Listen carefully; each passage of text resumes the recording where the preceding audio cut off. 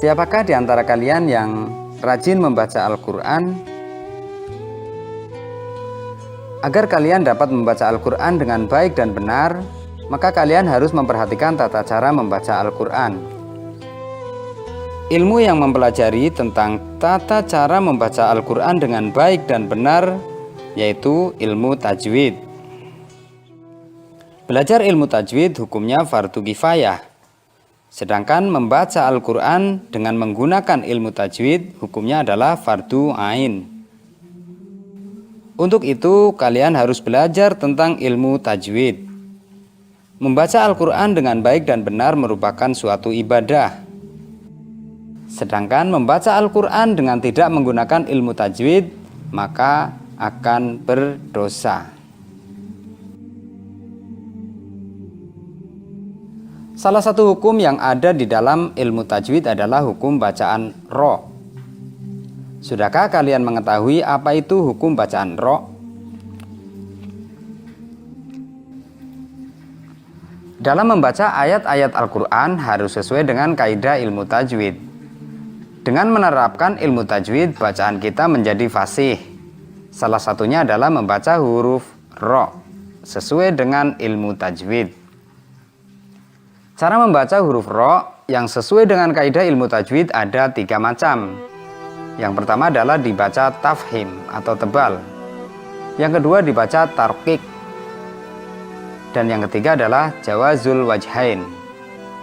Tapi pada materi kali ini kita akan belajar tentang hukum bacaan ro yang dibaca tafhim atau tebal. Ro yang dibaca tafhim atau tebal. Yang pertama adalah ro fathah, tanwin. Jadi setiap ada ro fathah atau ro fathah tanwin maka dibaca tafhim atau tebal. Contohnya rozaqo, tabaraka, khobiron. Jadi ronya tebal. Yang kedua adalah rodumah tanwin. Untuk contohnya rufi'a, kabirun. Ro yang dibaca tafhim yang ketiga adalah ro sukun atau sukun karena wakof yang sebelumnya berharokat fathah atau dumah. Ya, saya ulangi ya. Jadi kalau ada ro sukun atau ro sukun karena wakof yang sebelumnya berharokat fathah atau dumah maka dibaca tebal. Contohnya adalah wan haru. Sebelumnya tulisannya wan haro, dibaca wan haru. Ini adalah contoh ro sukun. Wa arsala, yurja'una. Itu adalah contoh-contohnya. Yang keempat, ro sukun karena wakof yang didahului huruf mad yang sebelumnya ada harokat fathah atau dumah. Ingat, huruf mad itu ada 3. Yang pertama adalah fathah diikuti alif, kasroh diikuti ya sukun, dumah diikuti wawu sukun. Contohnya adalah ma'al abroro. Itu ada di huruf ro ada fathah diikuti alif. Jika diwakofkan menjadi ma'al abror. Terus contoh yang kedua, huwal ghafuru. Sebelum ro ada dumah diikuti wawu sukun. Jika diwakofkan menjadi huwal ghafur, maka ro-nya menjadi tebal. Sedangkan ro yang dibaca tafhim selanjutnya adalah ro yang dibaca wakof yang sebelumnya ada sukun dan didahului fathah atau dumah. Jadi kalau ada huruf ro sebelumnya ada sukun dan didahului fathah atau dumah maka dibaca ro tebal atau ro tafhim.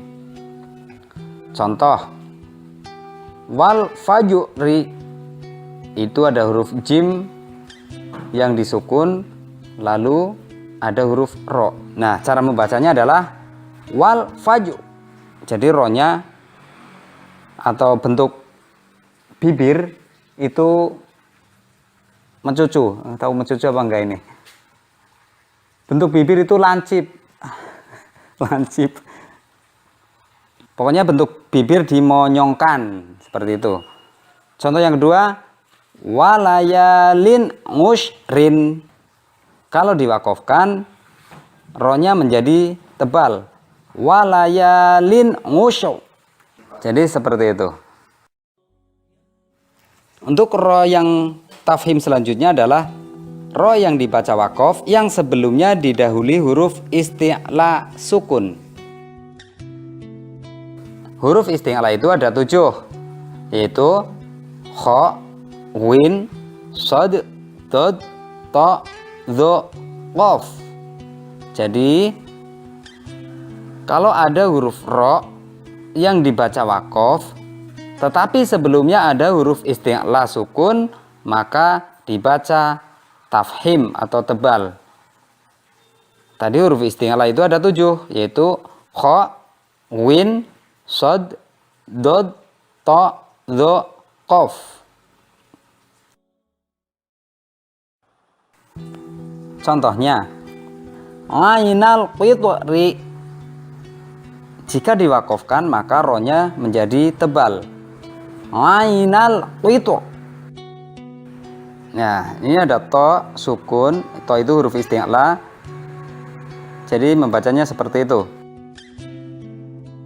Untuk hukum bacaan ro yang selanjutnya, ini ro yang dibaca tafhim ya, adalah ro sukun yang sebelumnya berharokat kasroh dan sesudahnya ada huruf isti'la.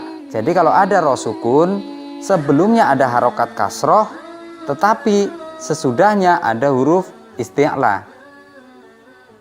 Jika susah kita lihat contohnya saja, jadi langsung lebih gampang melihat contohnya. Firqatun, ro sukun sebelumnya ada kasroh dan sesudah ro sukun itu ada huruf isti'la, yang di sini adalah huruf qaf. Mirsodun, ada ro sukun sebelumnya ada harokat kasroh dan sesudahnya ada huruf isti'la, yaitu huruf shad. Lanjut. Yang nomor 8, ada ro sukun yang didahului huruf hamzah wasol. Hamzah wasol itu hamzah yang tidak ada harokatnya ya, biar lebih mudah. Contohnya, Rabbirhamhuma. Ini ada huruf hamzah sebelum ro sukun.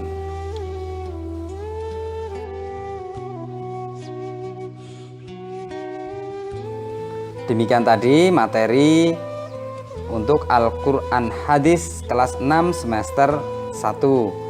Mudah-mudahan materi ini bermanfaat. Terima kasih telah menyimak video ini sampai akhir. Mohon maaf apabila banyak kesalahan. Wassalamualaikum warahmatullahi wabarakatuh.